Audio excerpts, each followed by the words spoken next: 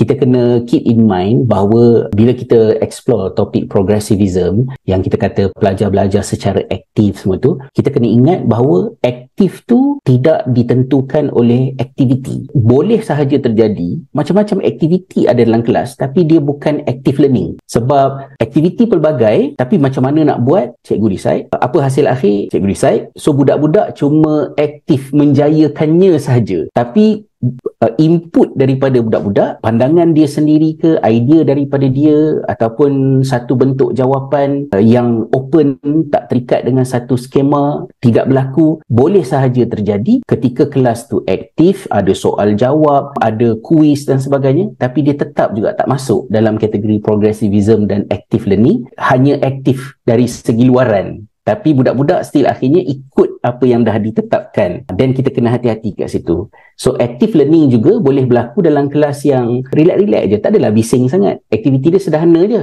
tapi sebenarnya dia lebih progresif sebab dia memberi ruang yang lebih kepada pelajar untuk mencorakkan proses dia nak faham tu kan. So kita kena keep in mind benda tu agar kita faham kalau progresif tu membabitkan pembelajaran secara aktif itu tidak ditentukan semata-mata oleh kelas berkenaan. Dan kita akan nampaklah sekolah-sekolah, kelas-kelas yang mengamalkan falsafah tertentu akan jadi lebih bising daripada setengah kelas. Kalau kita tengok result PISA, sistem pendidikan manakah yang terbaik di dunia, katalah macam tu kan. So dekat top-top tu, katalah top 10 tu, ada dua negara yang kontradik, iaitu Finland dengan Jepun. So bila kita tengok pula data daripada sisi lain, kita akan dapati antara kelas yang paling bising di dunia ialah kelas kat Finland. Antara kelas yang paling diam di dunia adalah kelas kat Jepun. Tapi dua-dua ada dalam top 5, top 10, katalah macam tu. So pelajar diam pun boleh cemerlang, pelajar bising pun boleh cemerlang. Kenapa yang kelas ni diam? Kenapa yang kelas ni bising? Kalau sebelum ni mungkin kita bayang-bayangkan, tapi bila kita ada falsafah ni dan kita mula mungkin boleh lebih memahami kenapa bising menatijahkan something, kenapa diam menatijahkan something. Kenapa falsafah tertentu menyebabkan diam itu yang terbentuk, kenapa falsafah tertentu menyebabkan kelas itu menjadi bising. So, tapi kalau depan-depan nanti boleh ada ruang tu, try lah buat inventory itu so that you can actually explore. Dia memang untuk manfaat peribadi. Kita akan mula ada some guideline. So falsafah kita sendiri apa kan. Lagi bagus, lagi penting kalau suddenly kita discover falsafah sekolah kita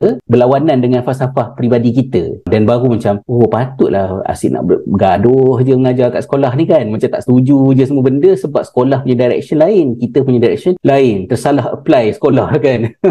So apa yang boleh dibuat, itu antaranya lah.